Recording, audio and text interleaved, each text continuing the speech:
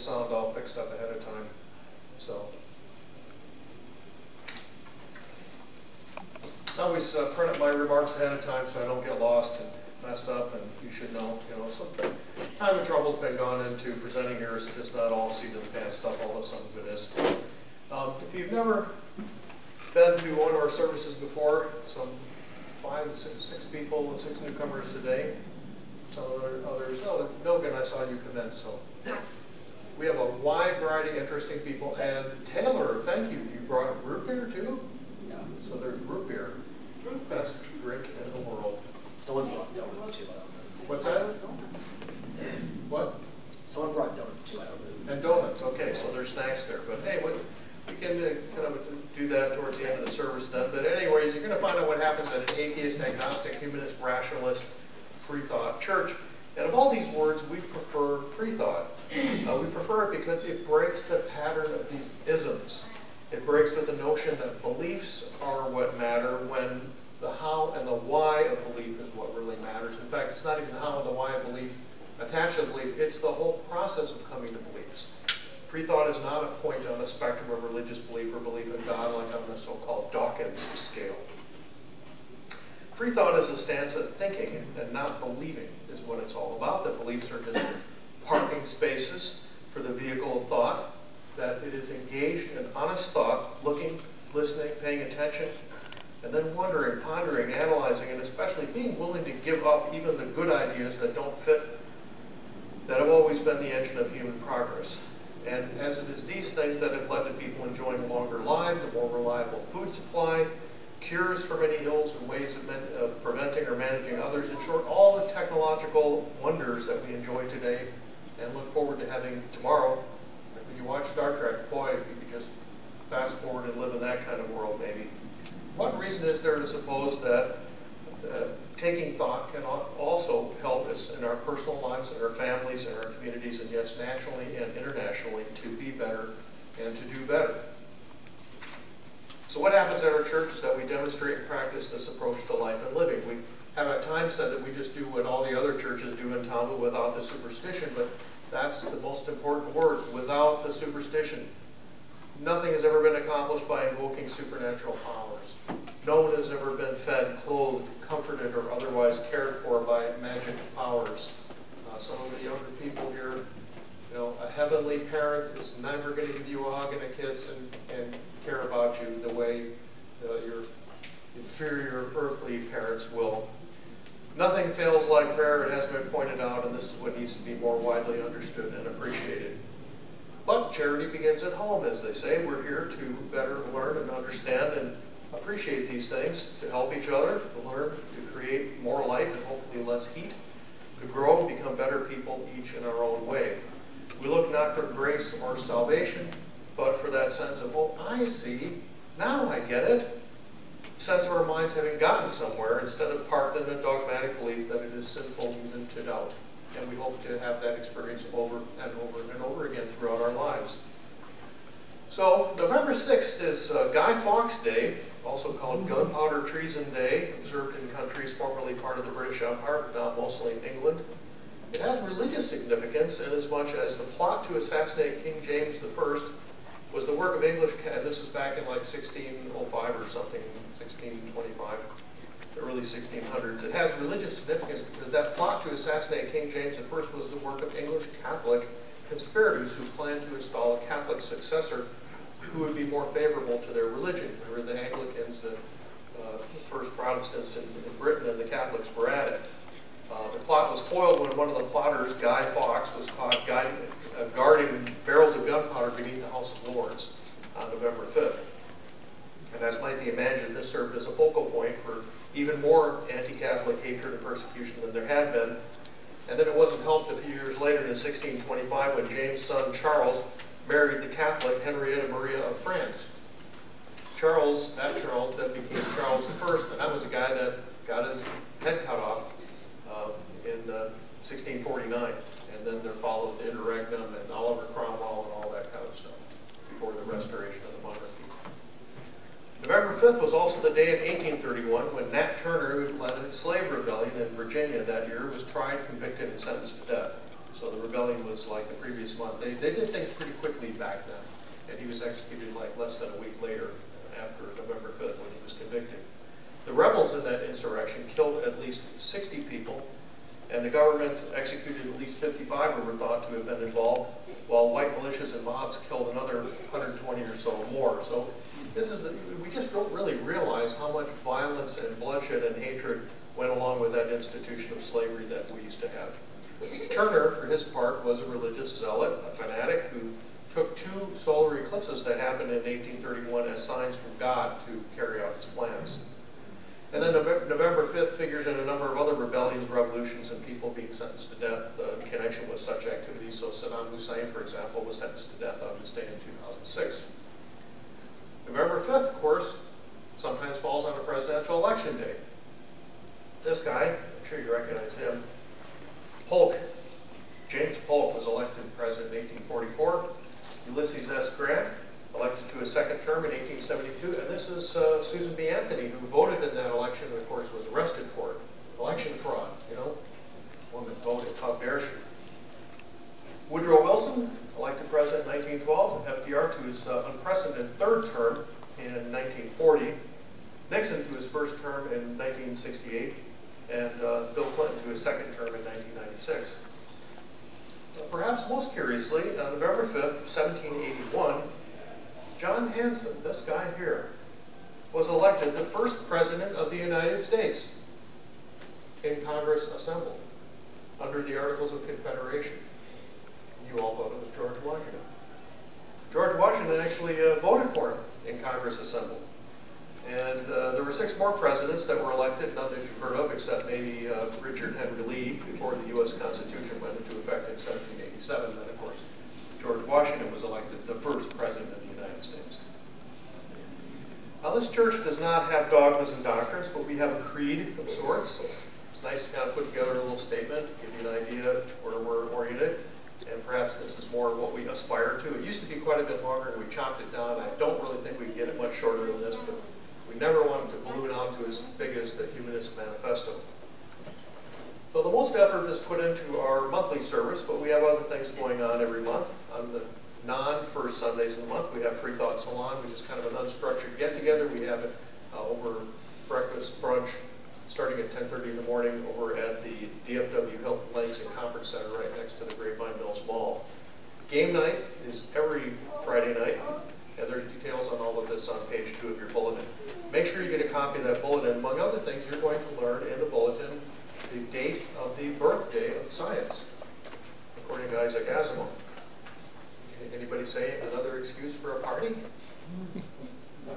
But we can always do more, but it takes people to come up with ideas and especially to put them into action. So how about you? No pressure, but if you'd like to see anything be done, help us do it. And no one in our church, shouldn't need to be said, no one in our church makes any money for this. It's a labor of love. We only hope that what we do is a tiny step towards a future without supernaturalism. We have our youngsters. We have one who appears to be entertained for now, but if he gets bored, we've also rented the boardroom over here in Merlin, and Kip, who I don't see here yet, take turns entertaining the kids, reading them toys. We often have something, but just talking about things is a useful thing too, in case they get bored here, because I'm boring, sorry. Next month, always subject to change, we plan a Christmas-oriented service, and it just seems to us that something is mything when it comes to Christmas. We'll talk more about the role of myth during this time of year. There's a bit about myth in today's bulletin as well. And what about the most prevalent religious belief in our society? Is it largely based on myth? Come join us next month and we'll have that discussion. How many think maybe Jesus was never really a real person? Yeah, that's a live question in history. So our next thing up is our moment of science. We have a few minutes to consider something interesting. And you didn't tell me what to name it, David, so I just called it When Giant Atomic Nuclei Collide. It's not bad, isn't it? Pretty much what it is. So David's going to set up a little video, which we will show next. You tell me. The main part's going to be the video, but I just thought I'd say a few things beforehand. It's kind of amazing that we live in a universe that's just based on 4 simple laws and some really simple particles. You have the strong force, the weak force, gravity, electromagnetism, and at the beginning we had a soup of quarks, and up until about this thing. Yeah, except you wouldn't have to talk close to it. Yeah, does it work? Yeah. From about 3 minutes after the Big Bang until about 20 minutes after the Big Bang, it was essentially one giant star. Very similar to the conditions inside of the star. And that's where the quarks got together, became protons and neutrons, and they started bumping into each other. Hydrogen was formed, and then helium was formed, and then after 20 minutes, it all stopped. And we have a ratio of 3 times as much hydrogen as helium, and it's pretty much that way today. So where did all the other elements come from? And some of them are synthesized in stars, further stars that developed. Oh, by the way, from about 280,000 years after the Big Bang to about 150 million years, it was a period of darkness because there were no stars. It was just darkness. But there were slight variations in gravity that come up in the cosmic microwave background radiation that you can see today. Baby pictures of the early universe that showed slight fluctuations in density of matter, the hydrogen. They come together, form stars. Those stars died, exploded. Heavier elements were formed, and the process continued. Neutron stars are a product of supernova. They're the remnants, they're zombie stars. And a few characteristics about neutron stars is that a teaspoon would weigh like 1 billion tons. The surface of a neutron star is so smooth, the variation is only maybe 5 millimeters. Neutron stars are roughly 12 miles in diameter. The gravity is so intense, it's like 200 billion times the gravity on Earth. If you were to drop your mobile phone on to the surface of a neutron star, you couldn't walk on the surface of a neutron star. But if you could, and you dropped your phone, it would hit the ground or the surface in 1 microsecond at a speed of about 4 million miles per hour. Wrap your head around that. And they're incredibly strong. I think the surface is like 10 billion times the strength of steel. So neutron stars are really kind of on the edge of what we know about physics, and so that's why they're really interesting to study. And if I've said some things or mentioned some things in the video that are counter to what people know them to be, just let me know and we'll correct it.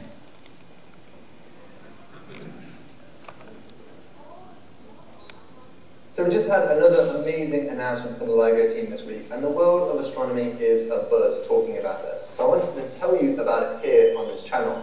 So to do that, I'm actually going to read from this story that I was sent, GW 170817, which may very well be one of the most amazing stories that ever happened in the universe. So we're going to tell you about it here. And it begins a little bit like this.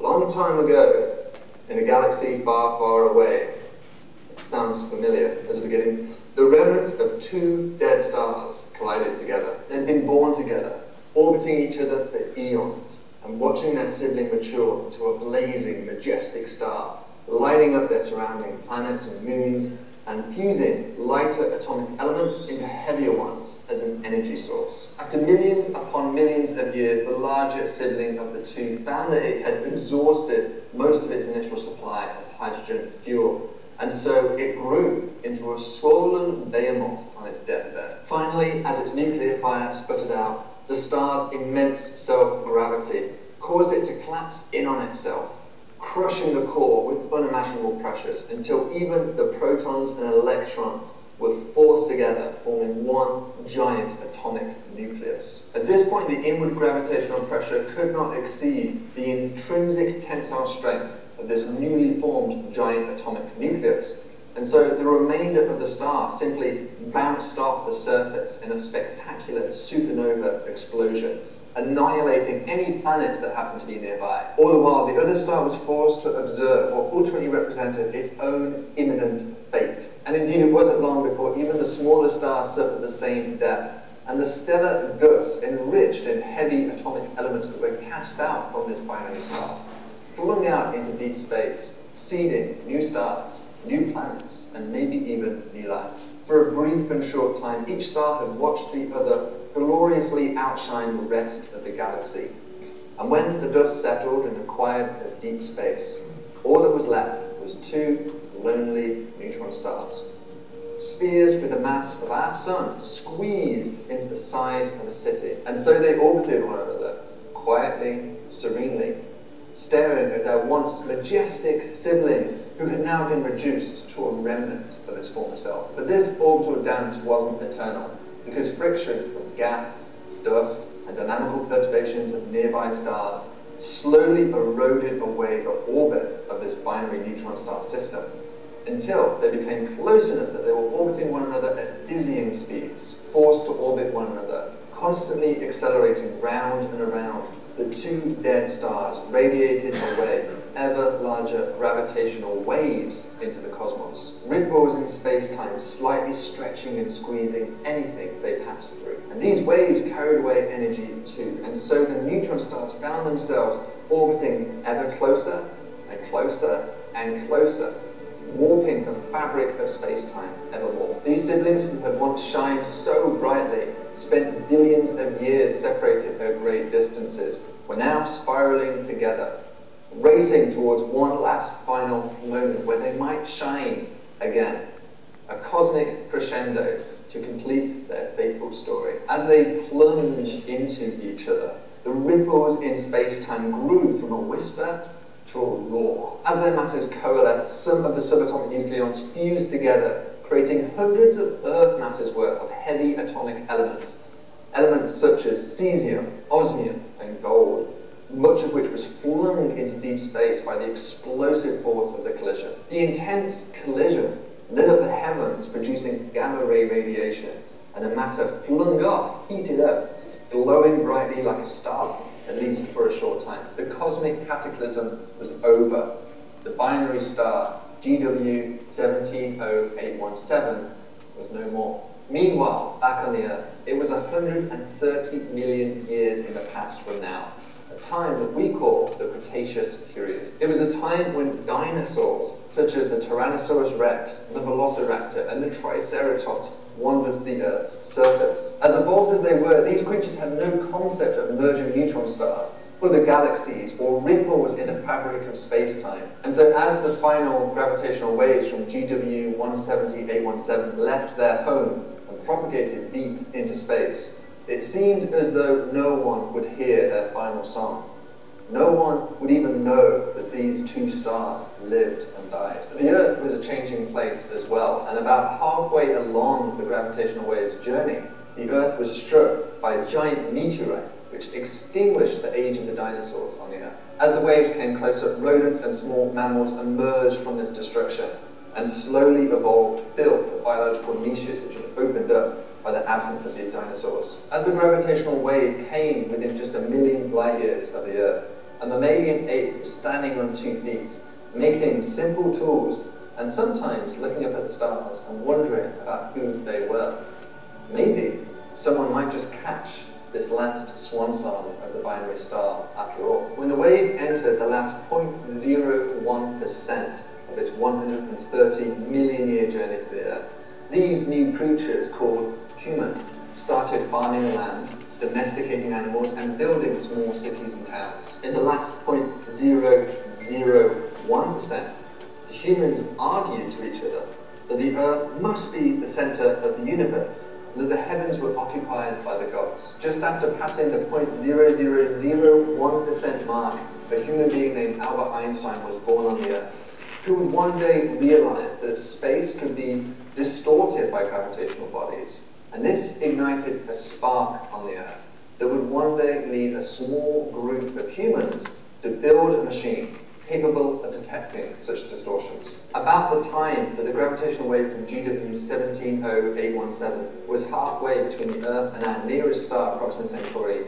humanity completed a machine to detect such waves, and they called it LIGO. On August 17, 2017, the ripple passed through the Earth, stretching it by a distance smaller than the width of a proton. But humanity saw it, and they realized that they were looking at the merger of two neutron stars for the first time in their entire history. Just 2 seconds later, another one of their telescopes monitoring gamma ray radiation saw a flash at the same part of the sky, the collision. Over the next few weeks, other optical telescopes saw a new luminous source in the sky at that very point, fading rapidly as the energy from the collision radiated away in space. By looking at the colors of the light that they saw, Earth's astronomers realized that heavy elements had been formed in that giant collision, and that, as they had long theorized, the merger of neutron stars was one of the major sources of particular heavy elements in the universe. And that meant that the gold that humans had dug up from the ground and sometimes wore on their fingers in a decorative manner, very likely, once upon a time, was caught in the same kind of cosmic cataclysm. And so the story of GW 170817 ends. But this isn't a fairy tale, this is real. And the story of gravitational wave astronomy has only just begun. The announcement this week by LIGO was historic, but there's still so much we don't know and need to learn from gravitational wave astronomy. For example, what was the product of this merger? Was it the heaviest neutron star we've ever seen, or the lightest black hole we've ever seen? What is the structure of these neutron stars? And perhaps in their core, is it possible they could have exotic states of matter, like quark cores, for example? It's an amazing time to be alive, to be able to look at an image that contains 2 colliding neutron stars, and to be able to hear the ripple in space-time itself caused by that event. Historically, whenever we have built telescopes which can measure a previously inaccessible type of information, whether it's be X-rays or radio waves, it has led to a revolution in our understanding of astronomy. And I think gravitational wave astronomy already and looks set to continue to do the same.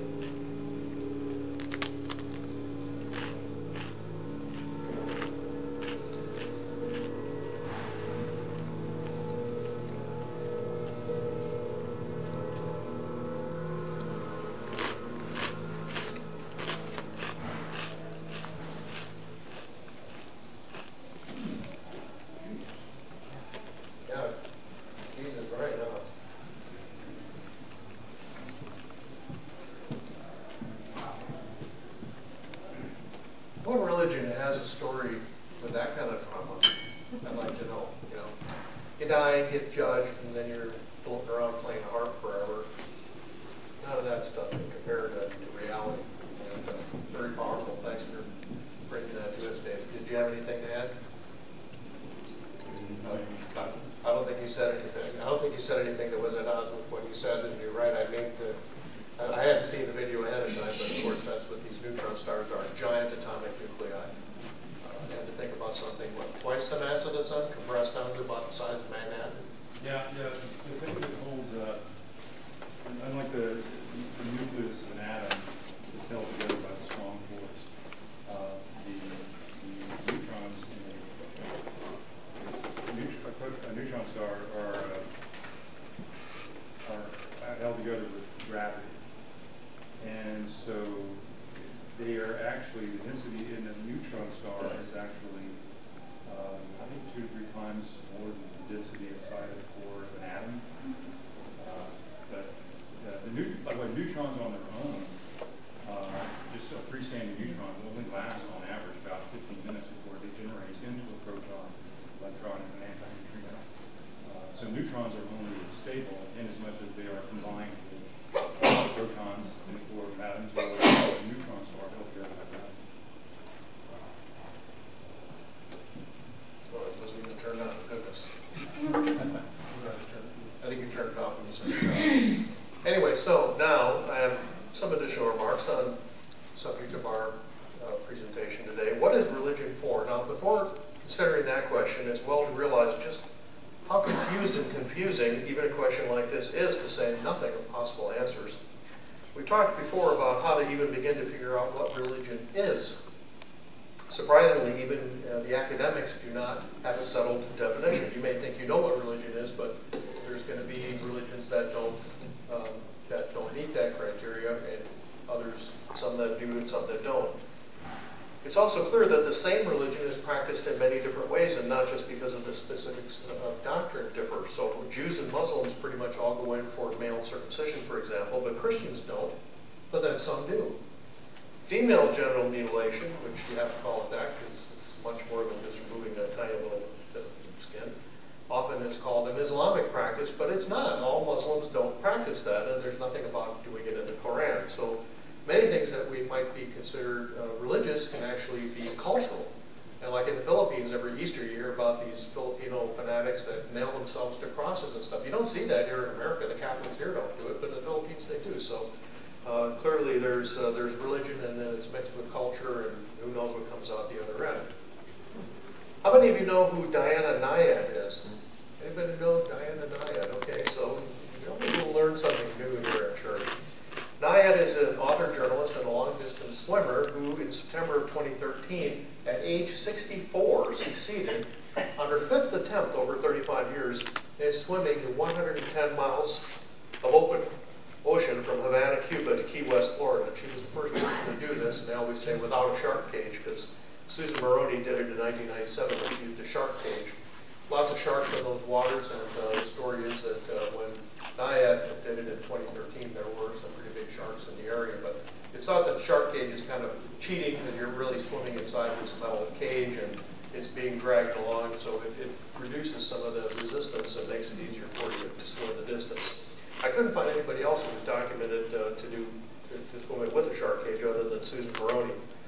So here's Diana Nyad being interviewed by Oprah Winfrey in October of 2013, like a month after she completed her swim.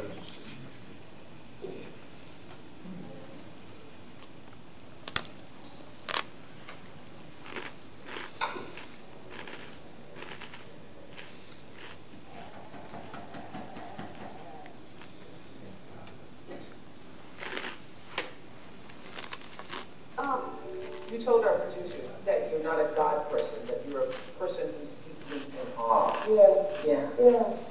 Yeah, I'm not a God person, and do I argue against my friends who are, religious, Buddhist, Jews, Christians? Do you consider yourself an atheist? I'm an atheist, and but you're in the awe. yeah, but I don't understand why anybody would find a contradiction in that. I can stand at the beach's edge with the most devout Christian, Jew, Buddhist, go on down the line, and weep with the beauty of this universe and be moved by all of humanity.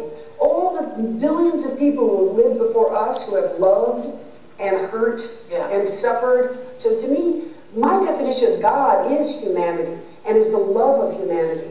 And as we return to, Well, I don't call you an atheist then. I think if you believe in the awe and the wonder and the mystery, that is what God is. That is what God is. Well, God I guess, is not the bearded guy in the sky. It's not bearded, but I guess there is an inference with God that there is a presence, there is either a creator or an overseer. I don't criticize anybody because you know what? The definition of life is we will never know. We will never know. Until that last breath. Yeah. And maybe it's an oh wow one for you, as it I was could for be Steve like, Jobs. whoa, I should have been praying. All these years I'm going the wrong way.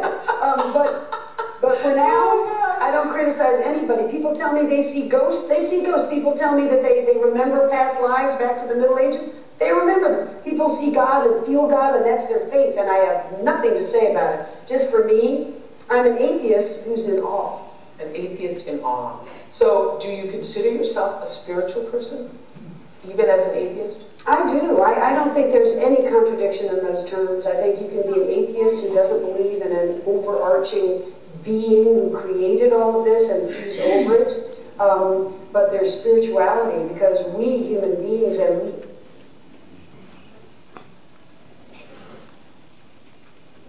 So she did a pretty good job, I thought. But notice how Nyad was put on the defensive, right? Made to feel that she had to make the case that she's a normal human being that can stand on a beach and feel awe and so forth, like a normal human being. She's got to defend that and say that that's what she feels, and then had to go to lengths to say that she did not object to other people espousing supernaturalism. And of course, she gives kind of crazy examples of remembering past lives and ghosts and so on and so forth. And then she says, I don't criticize that. No, I don't criticize that. How many believers say that they don't criticize unbelievers? Or even that they don't criticize people who espouse other forms of supernaturalism. You don't see that, really. You don't see believers doing that. Did you notice Winfrey's dig at Steve Jobs? Oh, now in the moment of death, yeah, like what happened to Steve Jobs. Oh yeah, he's burning in hell now because he didn't believe during his life. And Naya kind of jokingly responds to that. Oh yeah, you live your whole life and then you find out you're going the wrong way. Because a deity is going to condemn you to eternal torture for living life the best you knew how. Did I miss any other things that you clued in on there? Yeah. But it just shows how distorted and how distorting is the baggage of religious superstition that burdens our society. Naya makes it clear that she has nothing to say about other people's weird beliefs, but Ms. Winfrey and too many others have plenty to say about other people's beliefs or lack thereof, just not believing in that sort of thing. So what is religion for, then? Is it for beating up other people? An excuse for fighting and hating and feeling superior to other people? Just another way to justify an us versus them kind of tribalism? Well, clearly it has been, and it's still being used in that way. Is religion an instrument of social and political control? Well, the 4th century Roman Emperor Constantine certainly found it so, or to be more accurate, made it so, when he chose to elevate what was then kind of a small sect among many mystery religions. And he saw to it that the foundations of Christianity as we know it today were established and the canon chosen and the creed written and all these things. This month's bulletin includes this quote and discusses 5 different ways that religion is useful as an instrument of control. And of course, our July service, if you were here for that, was all about how religious freedom and state-church separation really can be seen as matters of government policy with respect to regulation and interventions into the marketplace of quote-unquote religious goods. And that rulers use that to their advantage, just like any other economic intervention. It's a give and take, and the things that cause religious freedom are not hard to dissect out, like in the early Americas. Europe was shipping over all kinds of people. You're all their troublemakers, not just one sect. And the people in Americas that were with these royal companies, they wanted to make a profit. They were out to make money. They didn't care what you believed. It was about the dollar. And that's how one of the big reasons we got to religious freedom in this country. Perhaps one of the most important things that people think religion is for is to have a sense of moral responsibility. To be an atheist is all meant to be evil. And atheists today are still least likely to be elected to political office or approved of as in-laws or business partners. You know, nobody's going to want their son or daughter to be with an atheist.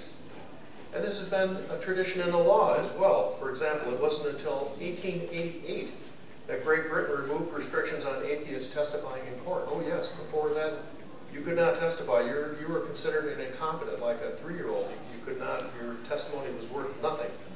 In fact, prior to that, one legal authority explained in an authoritative text this way: our law, in common with that of most civilized countries, requires the additional security afforded by the religious sanction implied in an oath, and as a necessary consequence, rejects all witnesses who are incapable of giving this security. Atheists, therefore, and all persons professing no religion that can bind their consciences to speak truth are rejected as incompetent to testify as witnesses. Now think about what this means, folks. This is not just like not being able to be on a jury or having to put your hand on a Bible and swear, so help me God. If you cannot testify as a witness in a court of law, that means you cannot bring a lawsuit and say, this person stole my lawnmower or broke into my house or robbed me or raped me. Only someone else who believes in God, who happened to witness that, they could testify for you, but not you. Even your deathbed wishes were not acceptable, not considered competent. These rules were also followed in the United States, though I've not been able to discover the ins and outs of the history. I can't tell you what year that finally stopped. But there are still, of course, 7 states, Texas is one of them, in which it is illegal for an atheist to hold public office. And Arkansas's constitution states that atheists are not competent to testify as a witness in any court. Now, these laws are, for now at least, unenforceable because of First Amendment then being applied to the states and other governments. Fortunately, the trends are encouraging. In 2011, Pew Research reported, Pew Research is a wonderful place. It's fun to go to their website and just look at all the stuff they've investigated. But they reported in 2011 polling that showed that slightly less than half of Americans, 49%, said that it is not necessary to believe in God to be moral and have good values. Well, Pew has now found that number to have risen by up to more than half, 56%. Here's the breakdown. You see the 2011 in the dark, and the gray is the results this year. Further number crunching suggested that the increase from 49% to 56%, just over more than half now, was due both to an increase in the number of religiously unaffiliated Americans, as well as an increase in the proportion of believers, you see, who said that God belief was not important for morality. That's very important. I mean, we need believers to realize the truth, even if they want to cling to the supernaturalism. And notice the group that is least willing to believe that you can be a good person without believing in God. Right here.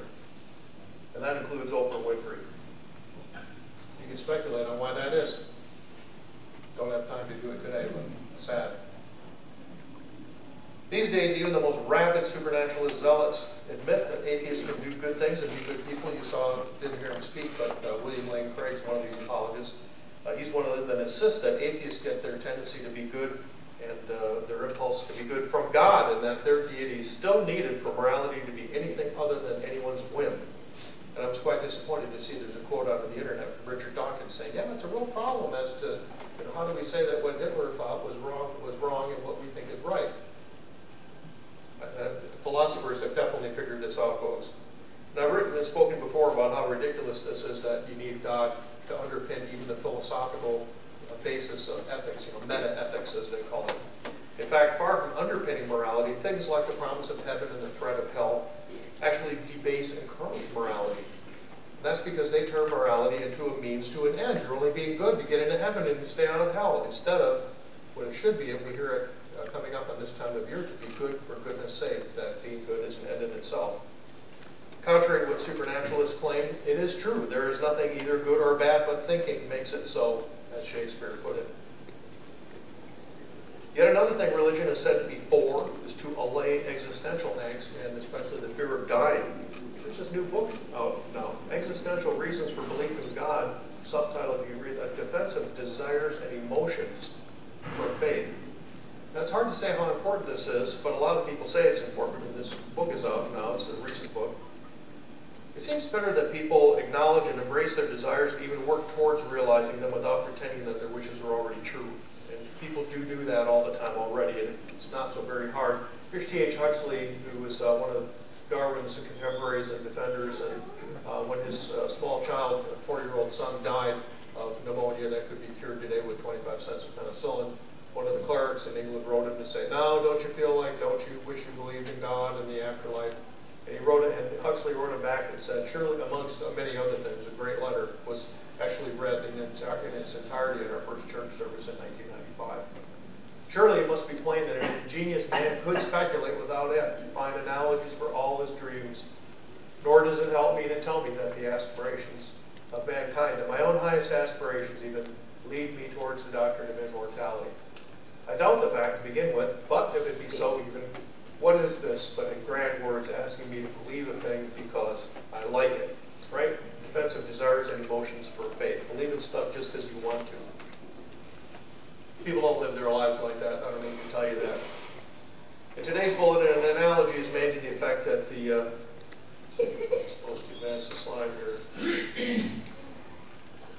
There's an analogy in today's bulletin about the fact that, a mouth is made for eating, right? That's what a mouth is for.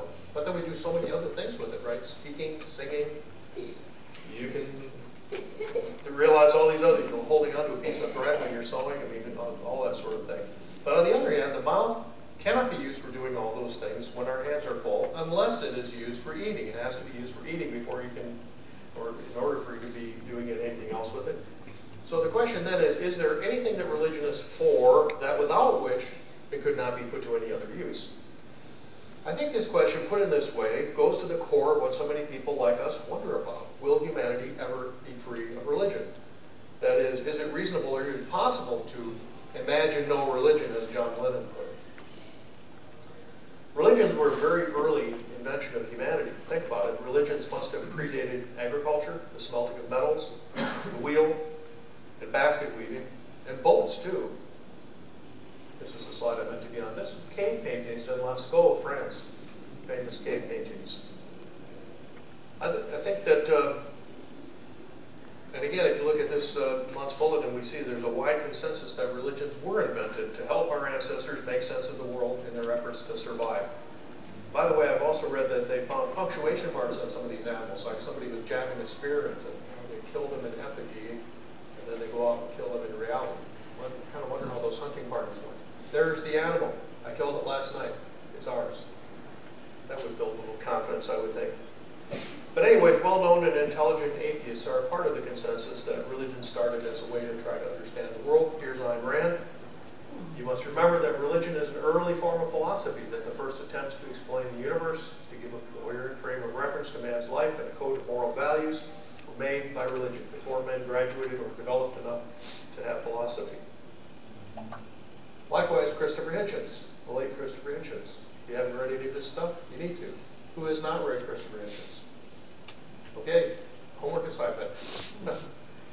Religion isn't, and by the way, Hitchens is all over YouTube too. You can see his performance. Religion is and was our first attempt at philosophy, just as in some ways it was our first attempt at science.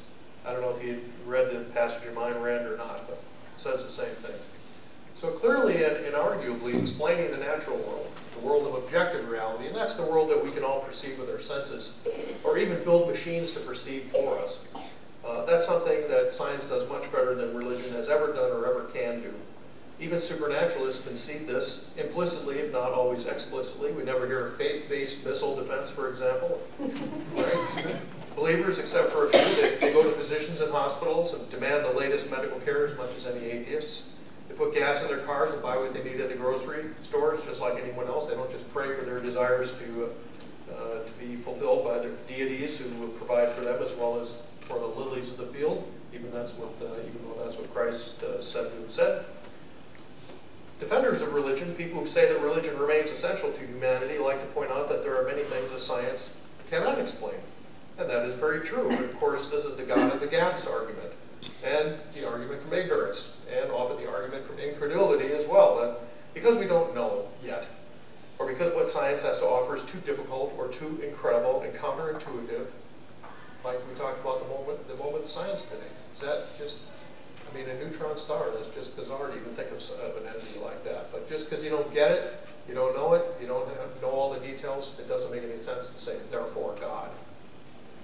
As Richard Dawkins points out, just because science so far has failed to explain something such as consciousness, to say it follows that facile, pathetic explanations which religion has produced somehow by default must win the argument is really quite ridiculous. Personally, and I think many of you might share this sentiment, I'm okay with knowing that I don't know, and I'm okay with knowing that nobody knows. The 20th century American physicist Richard Feynman expressed the same when he said this, but I don't have to know an answer. I don't feel frightened by not knowing things, by being lost in the mysterious universe without having any purpose, which is the way it really is, as far as I can tell, possibly. Doesn't frighten me. I think we can go further than this, can't we? Can we not say not only that we are not frightened by not knowing things, that it doesn't frighten or even bother us that there are so many things that no one knows, and say that we are glad, that it gives us pleasure that there are still so many things that remain undiscovered? Look at these people who are now jumping on this gravitational wave stuff, which was debated for a long time whether they'd even be able to detect something like that, a movement smaller than the width of a proton. So I think I can truthfully say these things. And doesn't it actually diminish one's sense of wonder and awe, remember atheist awe, to suppose that the answers to questions for which we currently have no answer is just this simple, God did it? We can certainly do better than that, and we are lucky that there are so many people who are trying to do better, to continue to ask questions and look for answers. In fact, here's my suggestion for a free thought prayer. There have been over the years some people want to go into the city councils and give a free thought prayer. Of course, it sounds like a Christian prayer without the deity, you know, let us find the strength within us, blah, blah. But here's my suggestion for a free thought prayer. I think it'd be good to say it 5 times facing the nearest university or library with these simple words: I don't know. I don't know. Or, nobody knows. Nobody knows. We should constantly remind ourselves that there's just so much that we don't know, and that's okay. That's good. It's part of the wonder and awe of experience. But now, are there questions that science can never answer? I think that there are. I think there's a part of our lives that only comes to us internally, privately, subjectively. There's a part of your experience that nobody else has any access to. There are experiences and perceptions that we cannot share with others. Try as we might, although we may do our best to try to describe them. That's part of what we do in our church, to discuss with others our personal perceptions of how things are or aren't. And undoubtedly, things in our brain like this happen because of the atoms and things going on in our brain. In principle, they're measurable, but it's still not the same as our inner mental experience. Consider this thought experiment called Mary the Color Scientist. I didn't make this up. Somebody else came up with this. So Mary is a top-flight scientist who in her lab has traced down every fact connected with the human perception of color, from the different wavelengths of light that hit the retina to what every neuron and synapse and every molecule and ion in the visual cortex of the brain is doing. But her lab is lighted in such a way that everything appears in black and white. Mary herself, in fact, has never seen anything but black, white, shades of gray.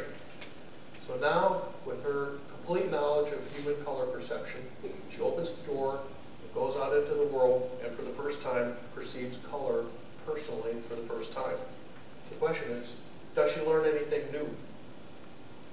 And this is, the philosophers are actually arguing about this. They're saying, well, yes, Mary knew everything about color, so she knew red would be just like this. And other people say, of course not, because that's part of her inner experience, what philosophers actually call qualia, Q-U-A-L-I-A. How many think Mary would learn something new when she went out into the world of color? I think most of us would, right? Because there's a way in which your perceptions of the world are personal to you. So this aspect of the human condition, of what it feels like to exist as a human being, is the only thing really beyond the natural world. It's the only thing that transcends objective reality. And yet this is a world we continually inhabit. You're in it right now. Won't there always be a need to make sense of this? Won't we always look for ways of exploring and explaining this part of the human condition? Whether it is called religion or something else, I do not see how this can be done away with. And while we patiently wait for supernaturalism to die a natural death, I think this is what religion should move towards. And I'm quite interested in your opinions about this. Please think about it, and good morning. How are we doing on time?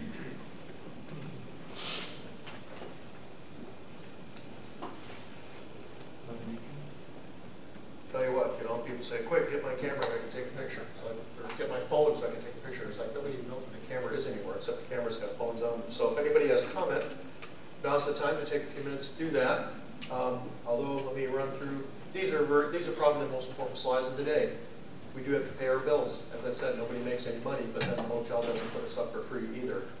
So we have these rainbow colored boxes in the back of the room. We take cash, checks, just put the credit card in there, we'll find a way to charge it. Seriously, you can make contributions on PayPal, many people do. John often does. Thank you so much, John. We do need your support. Besides showing up, that it's important that you, if you think you've got anything of value today, we ask for that. So there's reasons to give us your money if you think you got anything out of this, but most importantly that we're doing together what none of us can do on our own. There's just so much you can do sitting at home watching YouTube. But when you get together and share with others, and they go out in the world learning something new, that's what we do, is to help promote your values. And by supporting us, you can demonstrate your commitment to be the future that you wish to see. So we are going to have another service in December. And we have to sign another contract with the hotel here. We'd like to probably continue meeting here in 2018 as well. Anybody have any comment about any of the service? Right? You all learned something new today, right? Diane and Ian, the birthday of science is the bulletin. Yeah, Rory. I have a question. Listen to a lot of debates. Where are so many? Turn it on. It's on, but you have to hold it up pretty close to your mouth. We keep hearing. You have to be like those singers, You got to hold there it. you go. Right. We keep hearing this term, objective moral standards. Right. Where does that come, where do they base that on? Yeah, that's William Lane Craig's thing. He goes around at all his debates. There can be no objective moral standards without God. Well, again, and I've written and talked about this, it's really an abuse of the term objective. What does objective mean? Objective means intersubjective. It means the observer doesn't matter. You can tell there's a chair here.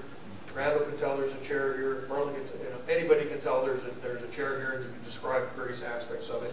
Or these satellites that we fling out into the solar system. I mean, all the information coming back from them is objective because it's just photos and figures, and anybody can look at that and try to make what they will out of it. So how could there be objective moral standards other than the things that we base morality on, like, does it hurt somebody to fling a bullet at them at 920 feet per second? I think pretty much everybody would agree objectively, yeah, that's going to cause some harm. Could kill the person. How about throwing a spitball at them? Well, it's sort of inconvenient, it's bothersome, but at least it's not attempted murder. How about flinging words at them? I don't like what you look like. Right? I don't like your religion. Again, insulting, offensive, but should it be immoral? In our society, we say we've got this thing called freedom of speech, so you're free to say that. But then you're free to suffer the consequences too, because depending on what you say, other people are going to go, oh, don't want anything to do with that guy. Does that make sense? Makes a lot of sense. Yeah. But they're basing their objective moral standards on their holy book. They just say it's objective, right? And we know that, for example, slavery was the objective moral standard according to William Lane Craig hundreds of years ago. Now it's not. So does that change, right? The color of the moon changed? I mean, it could, I suppose, but. Well, how about when you're putting the culture which you're having to survive in? How does that affect your morality? Because I think, is this thing on? It is, but you have to hold it up pretty close. Okay. Let's take, we think if it causes harm to someone, that would be bad. But let's think about the Eskimos and so forth. They have way back when, and their survival would be if indeed the woman's provider has died, and she becomes a burden to the survival of the rest of the group. Where, it was at one time, they would go off and they would die. And to relieve, so to save their culture, to save the rest of the people. So how would you define that as to whether that is a moral choice or not? When Right. we're talking about the survival of your culture.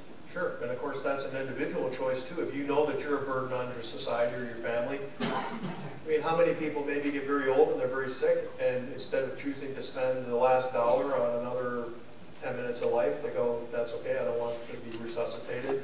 That's it, it's the end, I'm done living. So that happens all the time too. We talked in the past about bioethics too. I mean, I've had the thought experiment. I made this up, I think, so I've never heard anybody else make it up. But suppose there was a condition that would arrest the development of a pregnancy. So a woman would be 8 weeks along in pregnancy and go see the doctor. Oh, sorry, you got this disorder and you're always going to be 8 weeks pregnant. Lucky you. You're a mom, but this is a mom with this 8-week fetus in you, and you've never had any kids before, so you're never going to have any born kids as long as you're like this. I have a feeling the Catholic Church will probably start saying that abortion is a sacrament under those conditions, right? So, in other words, the objective conditions of our existence do govern what is right and wrong. Or like somebody coming at you with a knife, so you shoot them dead with your gun. Well, you've killed them, but it's okay, because they were going to kill you. And they didn't have the right to try to kill you, so you had the right to defend yourself. I mean, the philosophers have worked through a lot of this ethics and so forth. And these people like William Lane Craig that want to say, oh, it's all based on God, they're just stupid. They're not even aware of the amount of time and effort that so many people have gone into sorting out how to do this right and wrong stuff. In fact, it was Socrates that said way back when that he posed a question that the believers have still never answered, and that is, do the gods say that to do something or that something is good because that's just their whim, that's just what they decide, or because it's good? In other words, are they using some kind of standard to say what's good and evil? They never mention what that standard is. Right. But there's subjective. nothing good nor bad, but thinking makes it so, right? What is the most important thing to us is the actualization of our lives, human well-being. And it's going to be subjective. Well, from person to person, sure. I mean, there's some people who give their lives for, the cause. God says this is the subjective. It's what he thinks or she thinks. Right. So it's very important not that we don't delude ourselves, as so many people do, especially we think religious believers, certainly these car bombers and all of that. That's how they want to achieve immortality, by going out in this explosion so that they get their 72 virgins. Usually it's desperation. Yeah.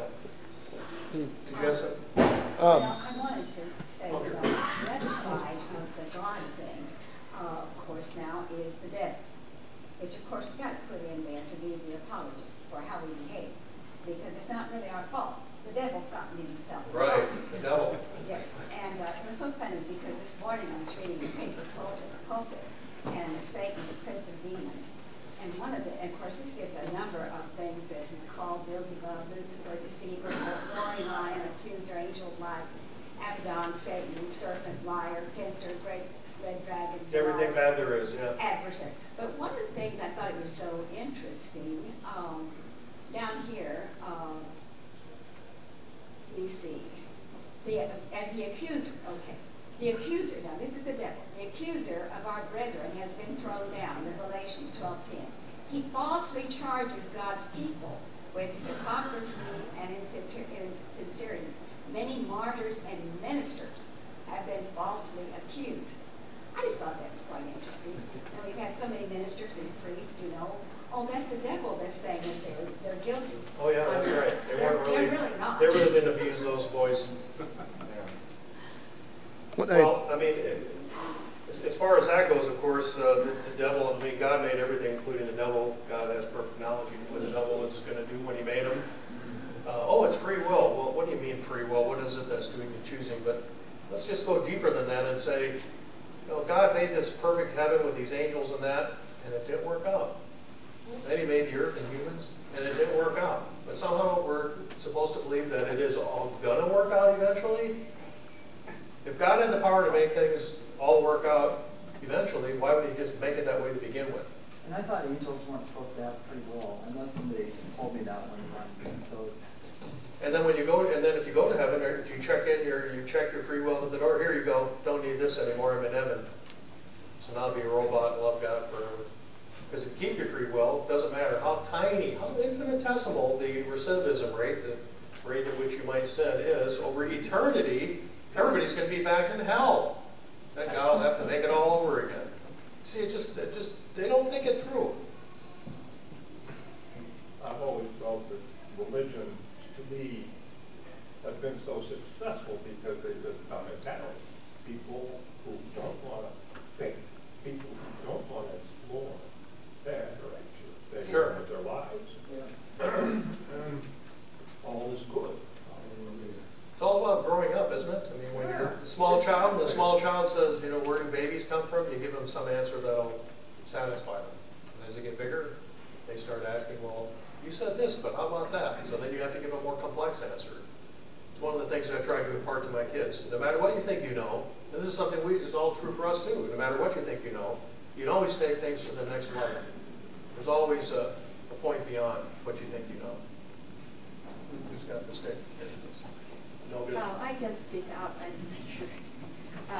This is a story. No, it's going to be easier here if you just push it over. This is a story about a friend of mine. She was, a few years back, she was looking for somebody to go to church with.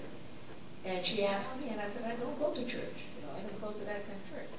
She insisted, and she told